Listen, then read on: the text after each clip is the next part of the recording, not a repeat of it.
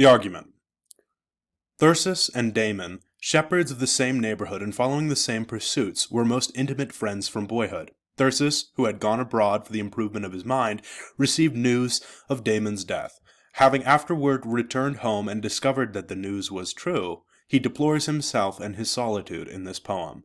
Under the guise of Damon is here understood Charles Diodati, connected on his father's side with the Tuscan city of Lucca.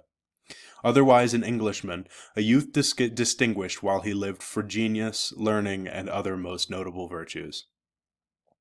Damon's Epitaph. Nymphs of Himara, for you remember Daphnis and Hylas and the long-lamented fate of Bion, repeat this Sicilian song through the cities of Thames. Tell what words, what murmurs, unhappy Thyrsis poured forth, and with what ceaseless complaints he disturbed the caves, the rivers, the eddying fountains, and the recesses of the groves, while he mourned to himself for Damon snatched away, nor left deep night free from his lamentations as he wandered in lonely places. Twice the stalk had risen with green ear, and as often had the garners counted the yellow crops, since his last day had borne Damon down to the shades, and Thyrsis was not there the while. Love of the sweet muse forsooth detained that shepherd in a Tuscan city, but when a full mind, and the care of the flock he had left behind, called him home, and when he sat once more beneath his accustomed elm, then at last he felt in truth the loss of his friend, and began thus to vent his measureless sorrow. Go home unfed, my lambs. Your troubled master is not free to tend you. Ah me! What deities shall I name in earth or heaven, now that they have torn you away, Damon, by inexorable death? Do you leave me thus, and is your virtue to go without a name and be merged with the obscure shades? But nay, let him who with his golden wand marshals the souls will it otherwise, and may he lead you into a company that is worthy of you, and keep far off the whole base herd of the silent dead. Go home unfed, my lambs, your troubled master is not free to tend you.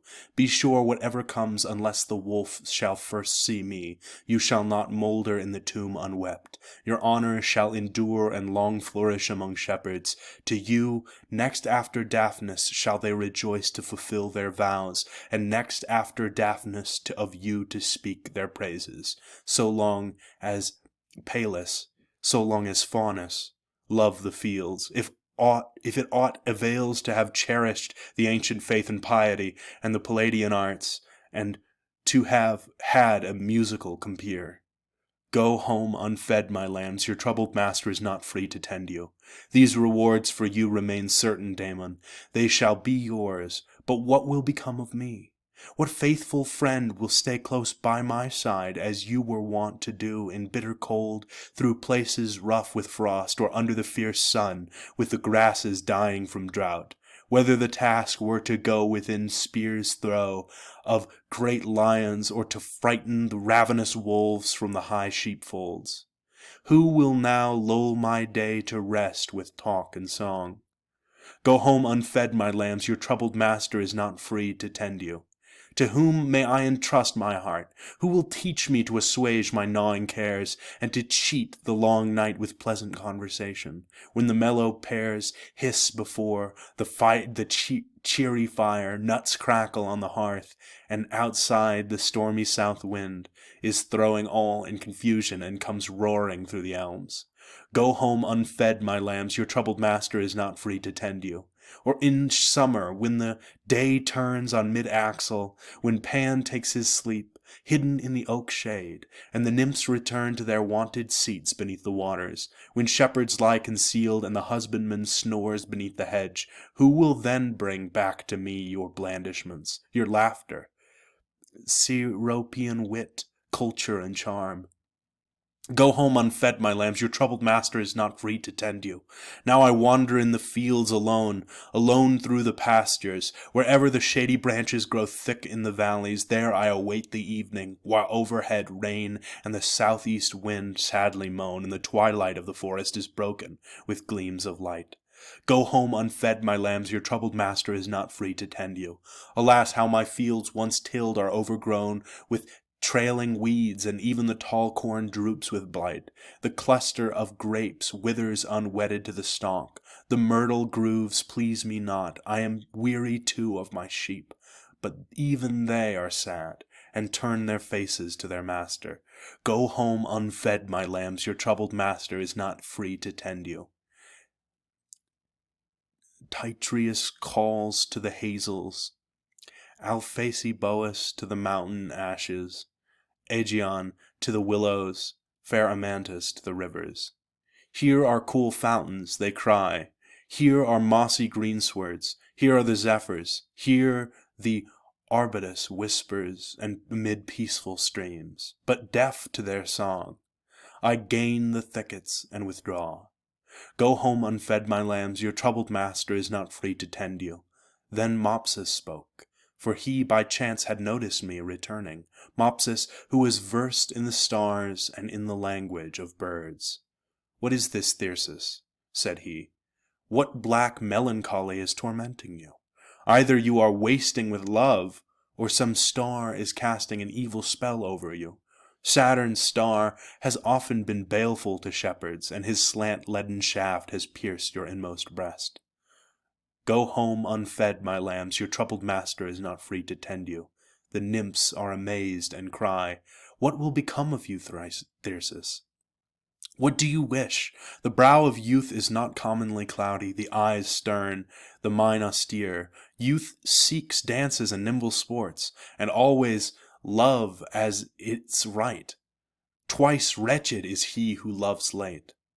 Go home unfed, my lambs, your troubled master is not free to tend you.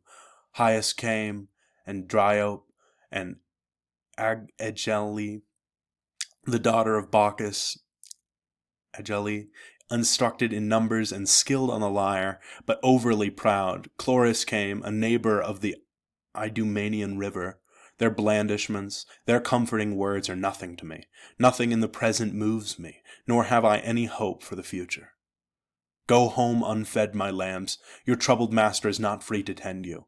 Ah me, how like one another are the young cattle that frolic through the fields, all comrades to each other under one harmonious law. None seeks from out the herd a special friend. Even so the jackals come in packs to their food, and the shaggy wild asses by turn are joined in pairs. The law of the sea is the same, where on the desert shore Proteus numbers his troops of sea calves. Even that paltry bird, the sparrow, always has a mate, with whom it happily flies about to every heap of grain, and returns at evening to its own thatch. Yet should chance strike one of them dead, whether the kite with hooked beak has brought this fate, or the clown has pierced it with his arrow, the other seeks a new mate to be henceforth its companion in flight. But we men are a stony race, a tribe vexed by stern fates, alien in our minds one from the other, in our hearts discordant. Hardly from among thousands does one find a single kindred spirit, or if fortune not unfriendly gives one such in answer to our prayers, yet in a day and an hour when we least expect he is snatched away, leaving an everlasting wound. Go home unfed, my lambs, your troubled master is not free to tend you. Ah, what wandering fancy lured me to traverse lofty cliffs and snowy Alps to unknown shores? Was there any such need to see buried Rome, even had it been what it was when Titreus left his sheep and his pastures to see it, that I could part with so charming a companion, that I could put between us so many deep seas, so many mountains, forests, rocks, and roaring streams? Surely had I stayed, I might at the last have touched the hand and closed the eyes of him who was peacefully dying, might have said, farewell, remember me when you go to the stars.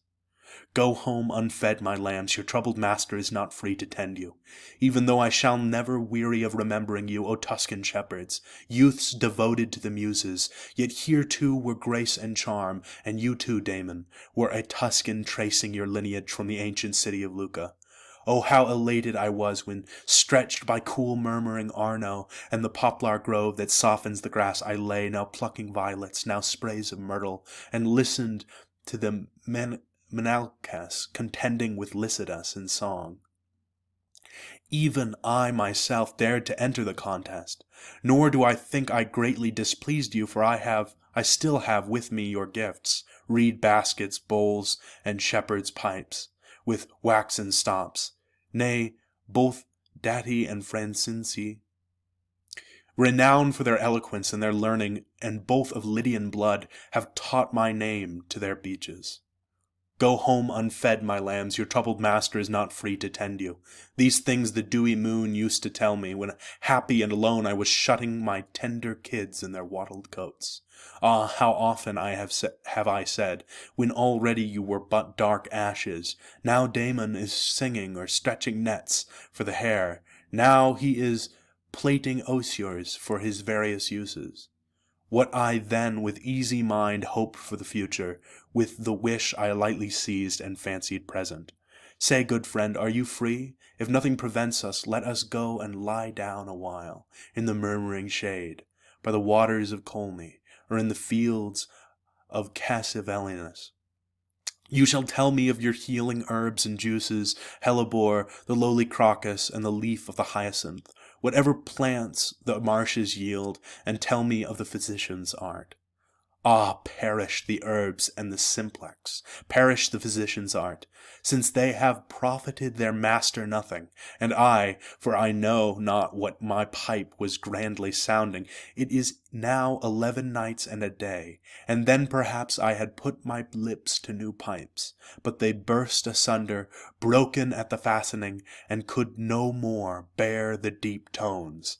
I hesitate too lest I seem conceited, yet I will tell the tale. Give place then, O forests. Go home, my unfed, my lambs, your troubled master is not free to tend you. I would tell of Dardanian ships along the Rutupian Sea, and of the ancient realm of Imogen, Pandrasus' daughter, of the leaders Brennus and Aviragus and old Belenus, and of colonists in Amorica under British laws. Then I would tell of Ingrain pregnant with Arthur by a fatal fraud, of the seeming face and counterfeit arms of Gorlius, Merlin's artifice. Ah, then if life remain, you my pipe shall hang on some aged pine far off and forgotten, unless forsaking your native songs, you shrilly sound a British theme. Why not a British theme? One man cannot do all things, cannot hope to do all things. Sufficient my reward, my honours ample, even if I am for ever unknown, and wholly without fame in foreign parts. If yellow-haired Ois reads me, and he who drinks the waters of Elaine and Abra, full of eddies, and all the woods of Trent, and above all my own Thames and Tarmer, stained with metals, and if the Orkneys and their remotest waves but learn my songs. Go home unfed, my lambs, your troubled master is not free to tend you. These things I was keeping for you, under the tough bark of the laurel, these and more besides. Then I thought to show you the 2 cups that Manso, not the least glory of the Calcadian shore, gave me. A wonderful work of art they are, but Manso himself is wonderful. Round about they are decorated with a double band of carving, in the middle arc the waters of the Red Sea and the odoriferous spring, the far-off coasts of Arabia and the trees dropping balsam, amidst these the phoenix, divine bird, alone of its kind on earth, gleaming blue, with wings of many colors, watches aurora rise over the glassy waves. In another part are great Olympus, and the whole expanse of heaven, yes, and who would believe it? Here too is love, his quiver, flashing arms, and torch, his dart tipped with fiery bronze, all pictured in a cloud. He does not aim at little souls and the ignoble hearts of the rabble, but rolling his flaming eyes about, unwearied he ever scatters his missiles on high through the spheres, and never aims his shots downward. Hence, minds immortal and forms divine are inflamed with love. You too are among these, Damon, nor does elusive hope deceive me. Surely you too are among these, for whither should your sweet and holy simplicity retire? Whither your spotless virtue? It is wrong to seek you in Lethean Orcus. Tears become you not, and I shall weep no more. Away then, tears. Damon dwells in the purity of heaven, for he himself is pure. He has thrust back the rainbow with his foot, and among the souls of heroes and the everlasting gods, he quaffs the heavenly waters and drinks of joys with his sacred lips. But now that the rights of heaven are yours, stand by my side and gently befriend me, whatever be now your name.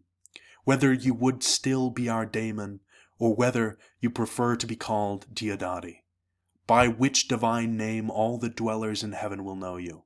But in the forest you will still be called Damon, because a rosy blush and a youth without stain were dear to you, because you are never tasted the pleasure of marriage. Lo, for you are reserved a virgin's honors. Your noble head bound with a glittering wreath, in your hands the glad branches of the leafy palm, you shall forever act, and act again the immortal nuptials, where song and the lyre, mingled with the blessed dances, wax rapturous, and the joyous revels rage under the thyrsus of Zion.